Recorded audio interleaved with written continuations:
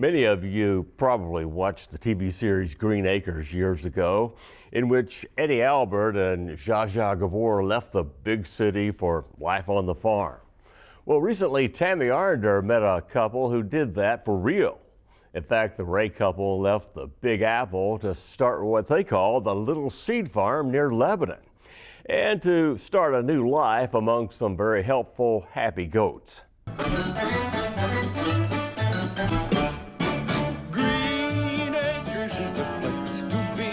James and Eileen Ray are too young to remember the show Green Acres, but they're living it. The two met in New York City, Eileen working in fashion design and James working in finance. We physically ran into each other on the street, and we actually lived in the same neighborhood but had never seen each other. We lived just a block apart, and somehow he started chatting. a conversation, and then the rest is history. So the couple put down roots just outside of Lebanon, Tennessee. Neither had a farming background. They didn't have family here. Neither had milked a goat or tended livestock. But they knew they wanted to live off the land. Okay. We were really into food in New York City and where our food came from. We always went to the farmers market. We knew a lot of the farmers personally, had been to their farms, stayed with them. And so it was an important aspect of our lives, but we had never really considered farming as a potential occupation. And that's kind of where the cheese and dairying came from. Yeah, you're coming now. Okay, good girl. Yeah. With 25 goats, the Rays started their milk and cheese business. The goats were really a function of our land. So when we originally wanted to start running a dairy, we thought it was going to be dairy cows. Basically, all of our research had indicated that cows were kind of a better choice for a dairy, not only because they produce more milk individually, but they're a little bit easier to kind of manage. I've really enjoyed experimenting with our milk and seeing what cheese varieties suit it best. Eileen is the cheesemaker, along with her trusty helper there, little George.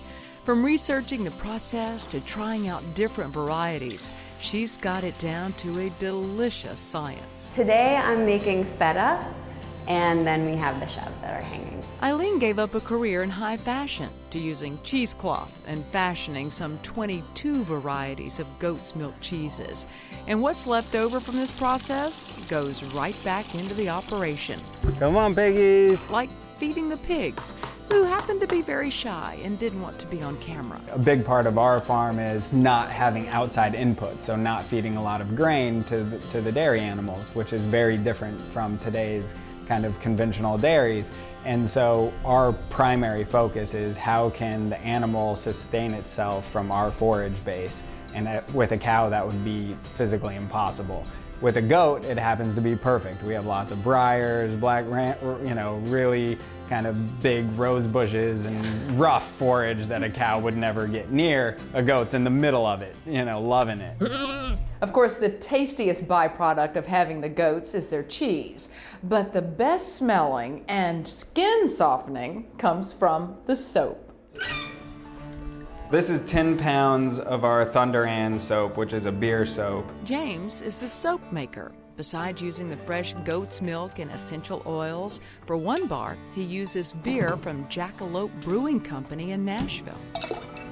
They came out to the farm first, met the goats, sat down, and we just kind of threw out some ideas, and she kind of let us run with it and really, gave Eileen free rein on designing it and branding it and everything. And me and Eileen came up with the different scents and styles and what would make them unique. And once we had that kind of down, we brought her the finished products, and she, loved them, and we just went with it. The consistency of the liquid soap looks almost good enough to eat. It's reminiscent of my grandma's lemon pie filling, but you dare not taste it. It's made with lye.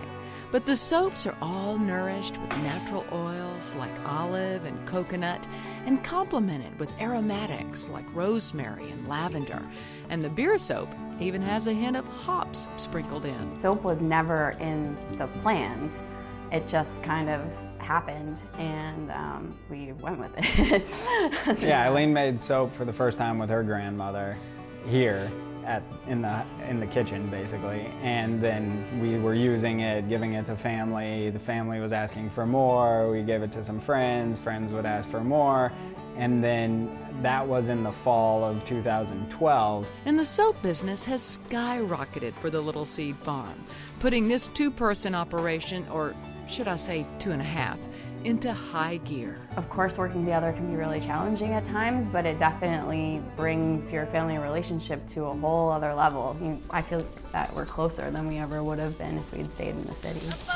But they didn't stay in the city. They went from Wall Street to Wilson County to work hand in hand, side by side.